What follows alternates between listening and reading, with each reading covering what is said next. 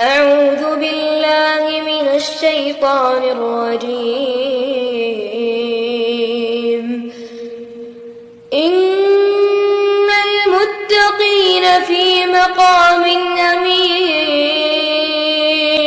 في جنات وعيون يلبسون من سندس واستبرق متقابلين كذلك وزوجناهم بحور عين يدعون فيها بكل فاكهة آمنين لا يذوقون فيها الموت إلا الموتة الأولى ووقاهم عذاب الجحيم فضلا من ربك ذلك هو الفضل العظيم.